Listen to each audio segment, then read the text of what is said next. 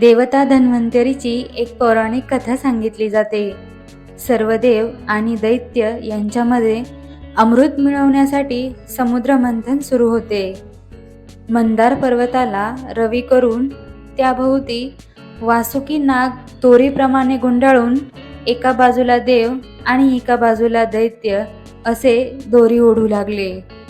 समुद्र खालपासून घुसळला जाऊ लागला.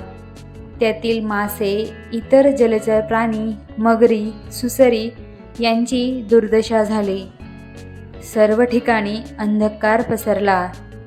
या समुद्रमंथनातून हलहल विष बाहेर आले. सगळ्या त्रैलोक्यात दाह होऊ लागला. सर्वांनी भगवान महादेवांची प्रार्थना केली. सर्वांच्या कल्याणासाठी ते विष पचवू शकणाऱ्या भगवान महादेवांनी तळहातावर ते विष घेऊन प्राशन केले. त्यामुळे त्यांचा कंठ निळा झाला आणि ते निळकंठ झाले. तरीही थोडं विष जिथे जिथे पृथ्वीवर पडले होते तिथे विषारी साप, विंचू निर्माण झाले आणि काही झाडेही विषारी झाली. समुद्रमंथन सुरू होते. थोड्या वेळाने समुद्रमंथनातून कामधेनू निघाली. ती मुनींनी घेतली. श्वेतवर्ण चकाकता अश्व निघाला. तो बळीने घेतला. शुभ्रवर्ण ऐरावत हत्ती निघाला. तो इंद्राने घेतला. कौस्तुभ नावाचे कमळाप्रमाणे लाल रत्न निघाले.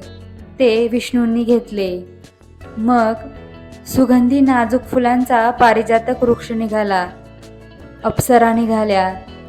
ते दोन्ही देवांनी घेतले. सुरा निघाली. ती दैत्याने घेतली.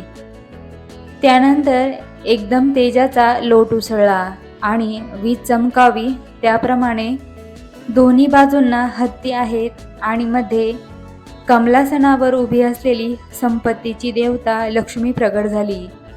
शुभ्र कमल हातात घेऊन ती बाहेर आली आणि सर्व दैत्य देव ओलांडून विष्णूजवळ येऊन तिने त्यांना वरमाला अर्पण केली. त्रैलोक्य पिता श्रीहरी आणि विश्वजननी लक्ष्मी यांचा अपूर्व संगम झाला. परत मंथन चालू झाले. आता समुद्र शांत झाला होता. समुद्राचा वर्ण पालटला होता आणि त्यामधून एक अद्भुत नर उत्पन्न झाला. तो अजानुबाहू होता. सुंदर होता.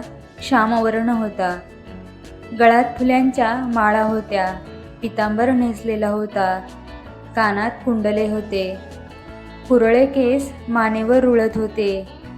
त्या पुरुषाला पाहून सर्वजण तटस्थ झाले, शांत झाले.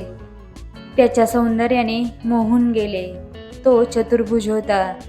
एका हातात शंख, दुसऱ्या हातात चक्र, उजव्या हातात अमृत कलश, डाव्या हातात औषधी ज्ञान आणि जळवा होत्या. अशा श्यामसुंदर धन्वंतरीला पाहून सर्वांना आनंद झाला. ज्या अमृतासाठी मंथन झाले होते वर्षानुवर्ष ते आज मिळणार होते. हा धन्वंतरी आयुर्वेद शास्त्रात पारंगत होता. सर्वांच्या आरोग्यासाठी झटणारा होता. हातातील अमृत कलशाचे सिंचन करून सर्वांना रोगमुक्त करून निरोगी जीवन देणारा होता. सर्वांनी त्याचा जय जयकार केला. देव, दैत्य, ऋषी सर्वांनी त्याला वंदन केले. हा धन्वंतरी प्रगट होण्याचा दिवस होता. धन्वंतरी जयंती म्हणून तो साजरा केला जातो. या सागर मंथनामधून 14 रत्ने बाहेर आली. धनत्रयोदशीच्या दिवशी संध्याकाळी धन्वंतरी प्रगट होऊन त्यांनी सर्वांना सुखी केले. ती धन्वंतरी जी डॉक्टर, वैद्य यांची आरोग्य प्रदान करणारी देवता आहे.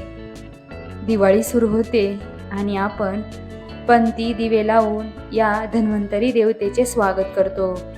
अशी ही धन्वंतरी देवता सर्वांना स्वास्थ्य आणि निरोगी आयुष्य देवो हीच सदिच्छा.